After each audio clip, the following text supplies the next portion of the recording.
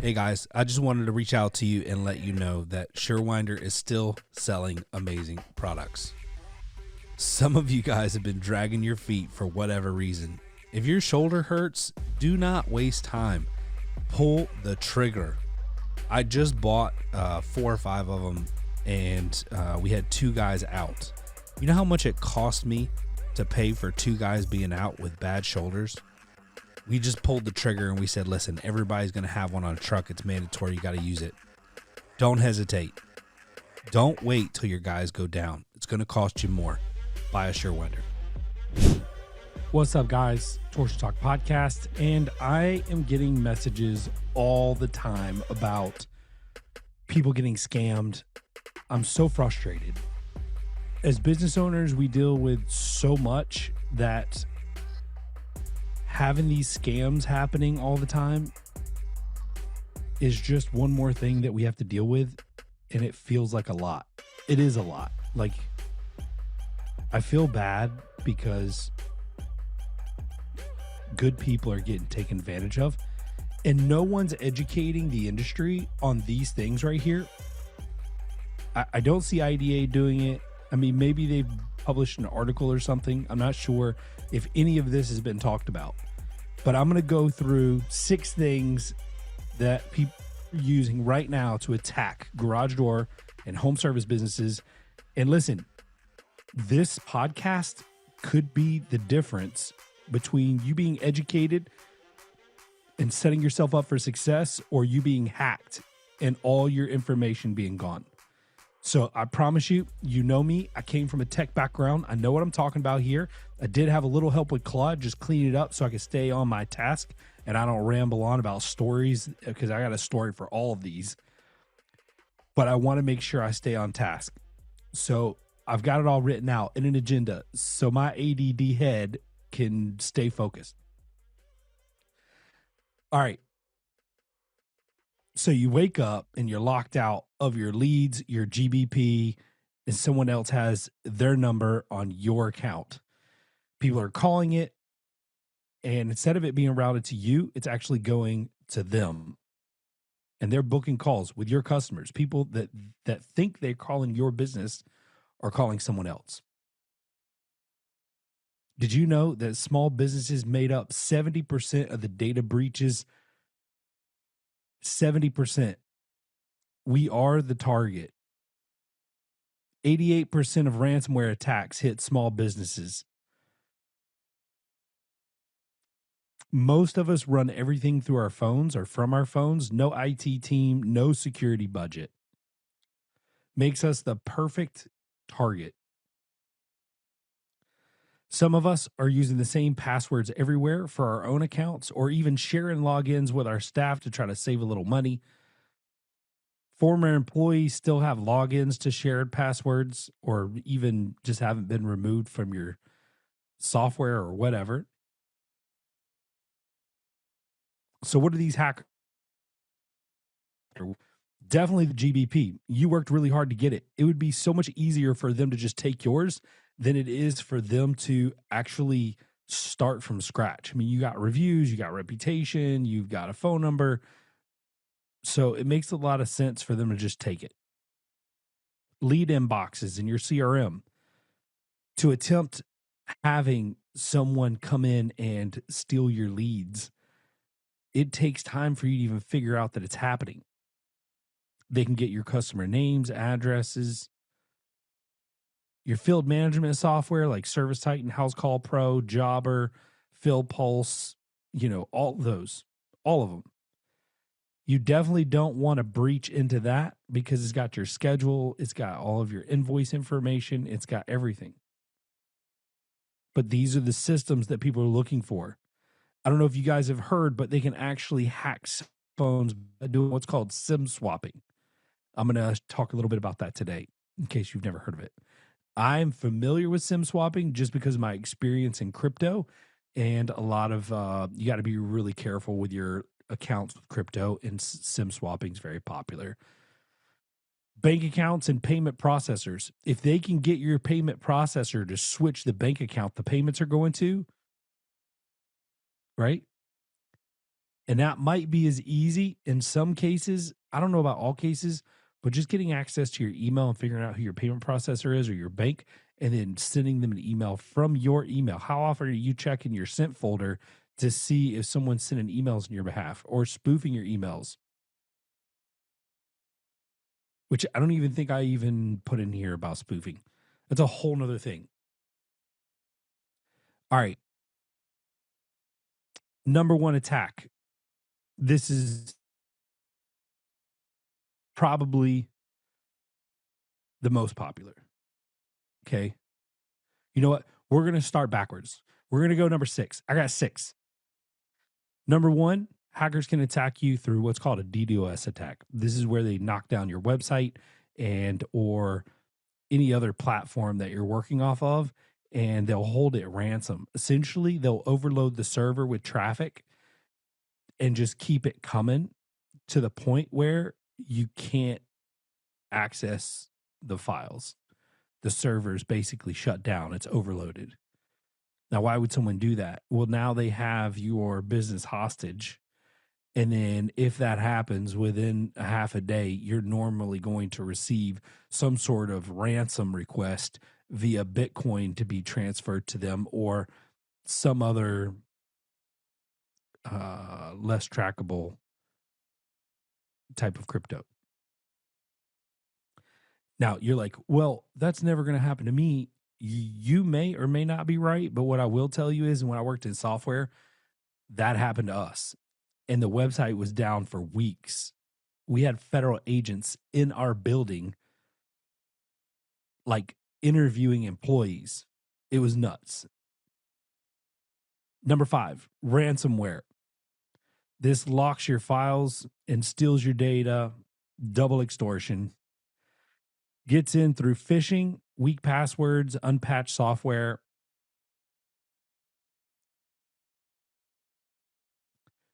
I mean, this is also part of like the DDoS approach, right? All right, attack number 4, weak passwords and shared logins. Guys, please don't do this. Please don't do this. Reuse passwords plus automated credential stuffing equals easy access 100% of the time. Because these passwords, you don't know who's storing them, where, and how. Shared logins mean one breach exposes everything.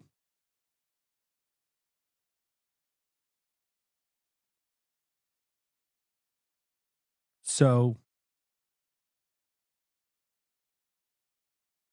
I don't know if you guys have 2FA, which is two-factor authentication. I know it is a pain in the butt. I mean, it is annoying, but it is worth it. So you want protection from this. We're going to go through and talk a little bit about that here in a second. Number 3, SIM swapping. SIM swap fraud is up 1,000% from 2024 to 2023. That was the data that I could get. FBI tracked tens of millions of losses from SIM swaps. A lot of that was crypto.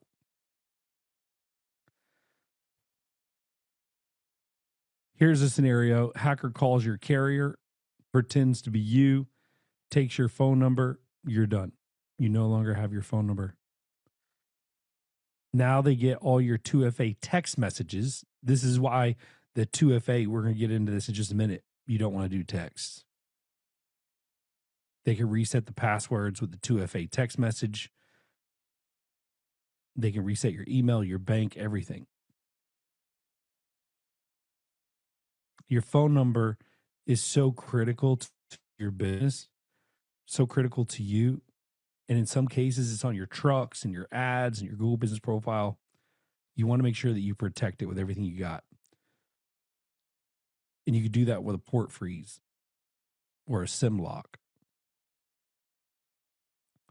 Attack number 2, Google business profile hacking. Ownership request scam. I know you guys have seen this. Here's the thing, where I talk to so many people, dozens and dozens of people, when all of these requests were coming in to us all the time, which I don't see them anymore. I don't know if you guys do, but when these requests were coming in like nonstop all the time, one of the things, like it was nonstop. People would accidentally click it, or they had like a shared inbox. It would go to that. One of the employees would click it and give access to some random person that just requested it. There was suggested edit attacks, change the phone number, website, hours, spam calls from people claiming to be Google, and then stealing your Google business profile by you giving them like an authenticity code, like a 2FA code. No one calling you from Google is going to ask you for a 2FA. Hey guys, I found something that changed my business and I want to share it with you. We've created packages that have included some of the best products in our industry to offer our service customers. The heart of that package is Stealth Hardware Kit. Stealth Hardware is the quietest hinges on the market. I challenge you to buy at least one of these, test it for yourself. Put it on your truck and design a quiet performance package for your customers willing to pay for a better, smoother running door. Buy your Stealth Hardware Kit at Service Spring, do a search for Quiet Hinge, and then buy that. You can buy a double or single door, 7 or 8 foot tall, and promise you, it'll change your service forever. Somer USA and Somer Group want to thank you for an incredible year and the trust you put in them and their products. As you know, Somer places high value on relationships, education, customer service, innovation, and professionalism. And they are grateful to you for your part in the fostering and dissemination of these values. If there is any way Somer can support you in your journey, whether through their products, the values they hold to, or the knowledge Somer has gained through interaction with door dealers across the world, please reach out to the team at your convenience. They are here to serve you. Again, thank you from the entire Somer team. Check them out at somerusa.com. Tell them Ryan sent you. And the number one attack that I see just nonstop on my inboxes, 91% of cyber attacks start with a phishing email or text, meaning you get an email or a text, you open it up, and in some cases, that's all you got to do, which is nuts to me. But in some cases, like a lot of cases, you have to click a link. These could look like fake email site, Google, parts suppliers. I've seen that. And even your bank. Like I've got some of these coming in where people know where I bank. So they're sending me fake emails that look like emails coming from my bank asking me to click a link for something. Now you have AI powered phishing with perfect grammar, mimics writing styles, deep fake voices where if they were to call, they could pretend to be the same, like someone from the bank or whatever. It's nuts. Just make sure you never click links. Just go directly to the site. So let's talk about the game plan for a minute, because I think this is the most important part. So if I haven't scared the crap out of you yet, this is the solution. So don't leave now. You can do this today. Turn on 2FA for everything. Use an authenticator app. The authenticator app is basically like a rolling code. There's a Google authenticator app. A lot of people like that.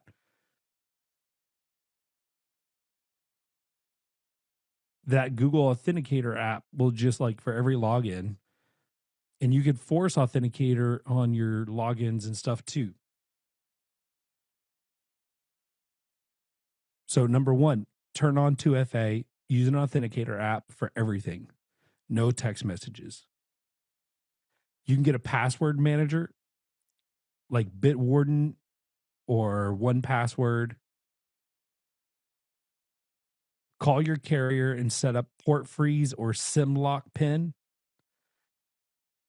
So a port freeze just means that can't you can transfer out a phone number without a SIM, like a pin. Don't forget the pin. Hmm. Claim and secure your Google Business profile and make sure that whoever's on it is everything secure with them as well. And if you're not doing business with somebody, you need to make sure they're off of your GBP. And you should do a regular audit like now on who has access to all your systems, remove former employees and unnecessary access. If you have shared passwords, stop sharing them, break them out, set up users. I know it's frustrating, it's going to cost you more, but the pain is not worth the savings in most cases. Now, these are things, so that's something that you should probably be doing today or within the next 24 hours. Here's things that I think you should be doing over the next few weeks that you probably just can't do today. You could do those things in one day. You're probably not going to do this in a day, but train your team like a 15-minute meeting on phishing, email phishing. That's phishing, not the kind of phishing like you're thinking with a rod and reel where you're reeling in some bass. We're talking about attacks on your business where people are trying to steal your information. As a small business, we don't have IT departments a lot of times, and we're not even talking to our team about phishing attempts. And they very likely could be clicking links that open up access to certain things that are important about your company. Update all devices, apps, and software because if you're running like one of the biggest things that drives me crazy is I'll see a lot of my staff running around with like Google Chrome and it'll say in the top right hand corner, like update Chrome. And the reason for the updates most of the time, yes, they update features, but most likely they're patching security gaps. Because with every update, something changes, and then they realize there's people out there trying to like crack the code and figure out how to get in through it. It's constant. Set up offline backups and test restoring from them. So, like every night at a certain time, you should probably run a backup and then do a restore and see if you can run off of that. Like just run a test. I would write a checklist of, if this happens, here's how we're all going to respond. Now, I have a checklist. I haven't shared it with everybody. So, like internally, unfortunately, I'm the one that has all the information. We had an incident earlier. I posted about it on Facebook. We had a customer who hired us, called one company, us, to come out and fix her garage door. She wanted to support us. She knew about us. She heard about us. She wanted to do business with Aaron Overhead Doors. What happened was somebody showed up like an hour and a half early, followed the instructions exactly as she had asked, performed the service, and charged her and left. And then we call her to tell her we're on our way. And she's like, "You guys have already been here." Well, come to find out, that wasn't the case. She got scared. We got scared. I started like going through and checking activity logs and all kinds of stuff, reaching out to support of all of our systems, our CRM, and our field management software. There were no breaches or issues there. Phones were fine, and the lady on the phone with the company that hosts my phone calls, my phone numbers, she said after I told her what had happened, she said you need to call the homeowner and tell her to call her phone provider and see if her phone number's been compromised. She did call her phone provider, and it was found that her phone was compromised. Guys, this is nuts. Someone's listening in on her phone calls, and she tried to hire a garage door company, and they're sophisticated enough to get a garage door company to come out.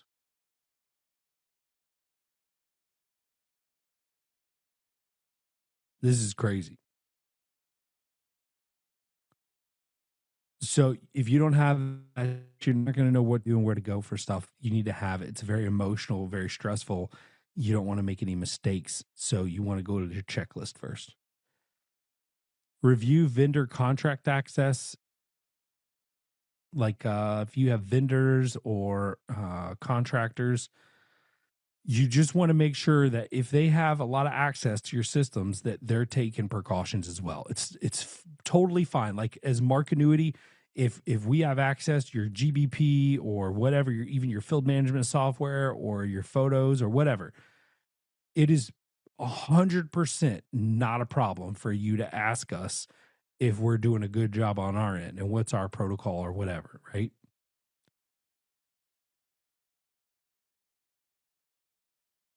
Your business is a tech company now, whether you like it or not. And most instances like this are caused by human error. No one intentionally clicks on a link knowing that it's bad. They're tricked. And if your staff's not aware and if it's not front of mind and you're not testing them, then it's a problem. As a matter of fact, we talked about spoofing.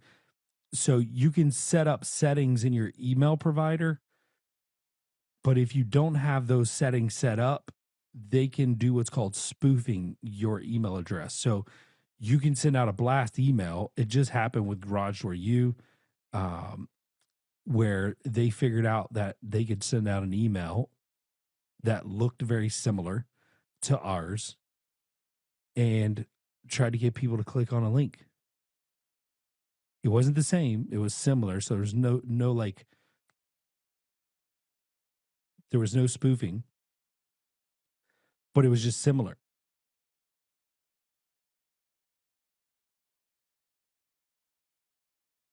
This is a big major problem, and you can prevent it a lot of times, most of the time, if you do it right. Now, you can hire an IT company for sure. I think that's good, but we already have tons of overhead already.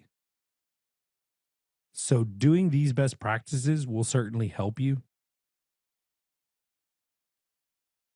My ask with this, because I think it's super important, is that you share this with other people that are contractors. If you're in Facebook groups or whatever, DM it to your friends, share it in the Facebook groups, because this episode right here, as much as I'm hearing about people getting jacked on a weekly basis, people are reaching out to me. It's not good. And I'm trying to bring education to the situation to try to help you out. And these people are very sophisticated.